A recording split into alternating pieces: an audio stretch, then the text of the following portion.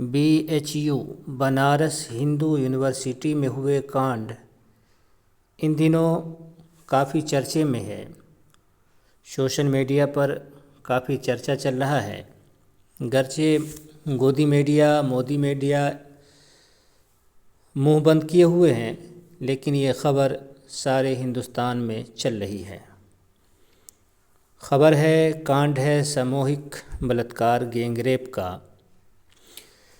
इस गैंगरेप से ये पता चल रहा है और ये गैंगरेप बता रहा है कि यूपी में वाकई सचमुच राम राज आ गया है। मुझे पहले नहीं पता था, बहुत सारे हिंदू बोलते थे कि यूपी में राम राज चल रहा है, तो मैं नहीं मानता था। लेकिन इस कांड के बाद मुझे पूरा यकीन हो गया, 100% यकीन हो गया कि यूपी में राम राज आ गया है। आप कहेंगे कि क्या राम राज में ऐसा ही होता था? तो मैं कहूँगा हाँ, राम राज में ऐसा ही होता था। अब आप देखें, BHU IIT जो छात्रा थी, लड़की थी, ये दलित समाज से थी। हिंदू धर्म के अनुसार 5वें नंबर की जाति में ये लड़की आती है। यह भी ख्याल है कि 5वां नंबर ये इस दौर के ब्राह्मणों का दिया हुआ है, नहीं तो धर्मशास्त्रों ने 4 ही जातियां मुकर्रर की हैं। चौथे नंबर की जाति है शूद्र, जो सबसे निचली, सबसे नीच, अछूत जिसको कह सकते हैं। नारद स्मृति वगैरह में तो ऊंची जाति को निचली जाति के साथ संभोग करने की इजाज़त है, कोई दोष नहीं है, पाप नहीं है, ऐसी बात लिखी हुई है। पर मुझे जो दिखाना है वो रामराज के बारे में दिखाना है। और रामराज दिखाने के लिए जिस पुस्तक की ज़रूरत पड़ेगी, उस पुस्तक का नाम होगा वशिष्ठ धर्मसूत्रा।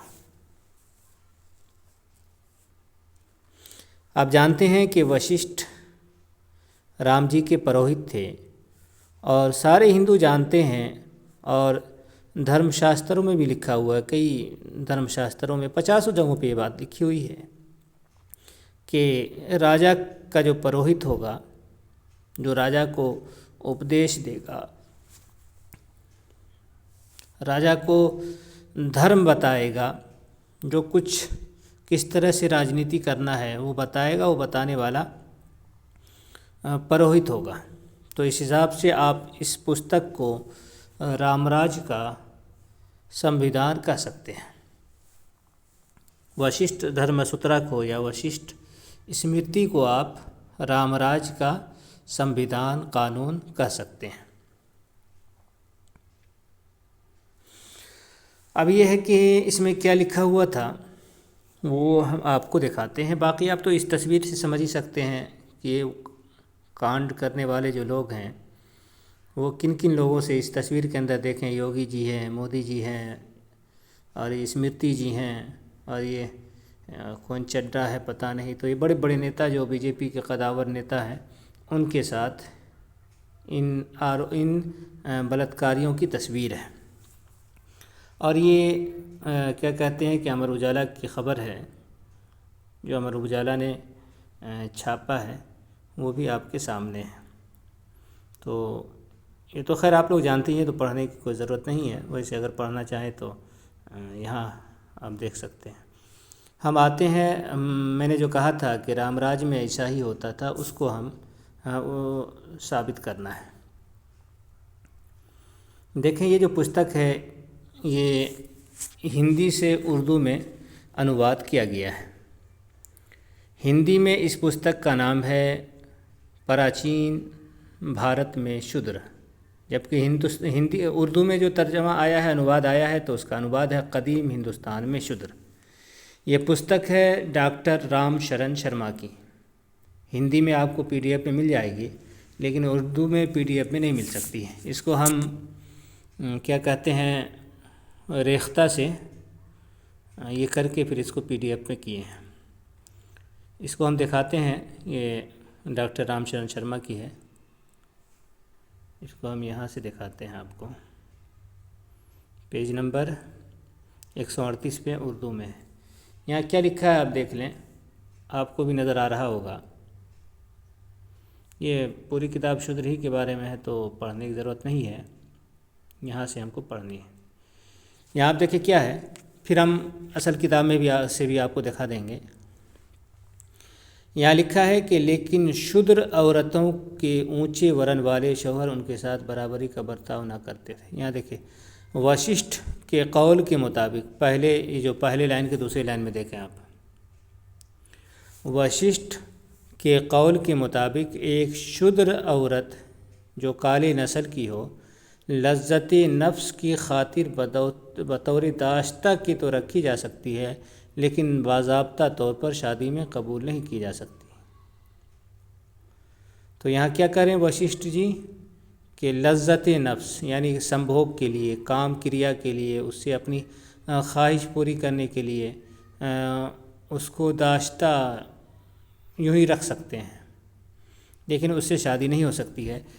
लेकिन इससे बड़ी बात जो हमें वशिष्ठ स्मृति के अंदर मिली है वो मैं आपको दिखाता हूँ। देखें, आपको आपके सामने जो पुस्तक खुली हुई है ये वशिष्ठ स्मृति है और वशिष्ठ स्मृति का 18वां अध्याय है। 18वें अध्याय का लास्ट मंत्र है उस पुस्तक में। ये जो पुस्तक हम दिखाए थे इसमें नीचे जो है 4-5 किताबों का हवाला भी है इसमें। देखिए 5, 6, 4, तो इसमें क्या क्या है 4 में हम दिखाते हैं। ये तो ये हो गया हिंदुस्तानी तहज़ीब के अंदर है। ये और कौन किताब का है वो पता नहीं चल पाया, देख लेंगे हम खैर फिर से रेख्ता में जा कर के। ये देखें वशिष्ठ धर्मसूत्रा है। वशिष्ठ धर्मसूत्रा के अनुसार यहाँ क्या लिखा है कि अग्निहोत्री मनुष्य अन्य स्त्री का संग न करे, कारण कि काले वर्ण शूद्र की स्त्री भोग के लिए है, धर्म के लिए नहीं। तो यहाँ ये बात आई है कि जो शूद्र की औरत है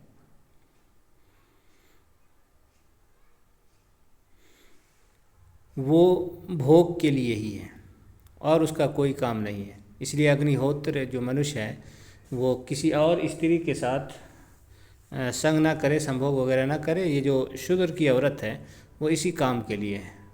ये जो 90% हिंदू औरतें हैं, क्योंकि दलित भी अपने आप को हिंदू ही कह रहा है, तो इसको शामिल कर लेते हैं तो 90 के आसपास इनकी आबादी हो जाती है। तो इतने लोग, ये ब्राह्मण के जो ऊंची जाति ब्राह्मण क्षत्रिय वैश्य है, इनकी इतनी जो लड़कियां हैं, औरतें हैं, वो इन ऊंची जातियों के संभोग के लिए हैं, काम के लिए, ख्वाहिश पूरी करने के लिए है। ऐसा वशिष्ठ जी फरमा रहे हैं। वशिष्ठ जी ऐसी बात कह रहे हैं और ये बात रामराज के संविधान में लिखा हुआ है, रामराज के कानून में लिखा हुआ है। तो ये बात तो खैर आपके सामने क्लियर हो गई। जो मैंने कहा था कि यही रामराज का कानून भी था, वही मुझे आपको दिखाना था। अब आप देखें कि कांड हुए 60 दिन हो चुके हैं। ये कह रहा है कि 60 दिन के बाद, अमर उजाला कह रहा है कि ये लोग पकड़ाए हैं, और ये अमर उजाला कह रहा है कि 8 दिन, कितना 8 दिन लिख रहा है कि लोग धरने दे रहे थे, आवाज़ उठा रहे थे, तो बड़ा माहौल गर्म था। आप देख सकते हैं कितनी बड़ी तादाद में लोग आवाज़ उठा रहे हैं, देख सकते हैं। तो और इस तस्वीर को भी आप देख सकते हैं, इससे भी आप समझ सकते हैं कि ये लोग ऊंची जाति के हैं। इनके नाम भी हैं, आप लोग नाम तो जानते ही होंगे, और नाम कहीं लिखा होगा हो या ना हो।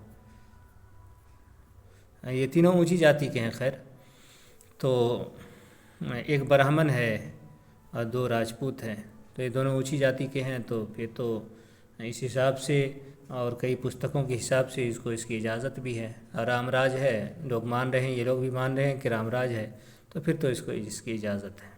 और 60 दिन इस कांड को हो गए। 60 दिन के बाद ये लोग पकड़ाए हैं।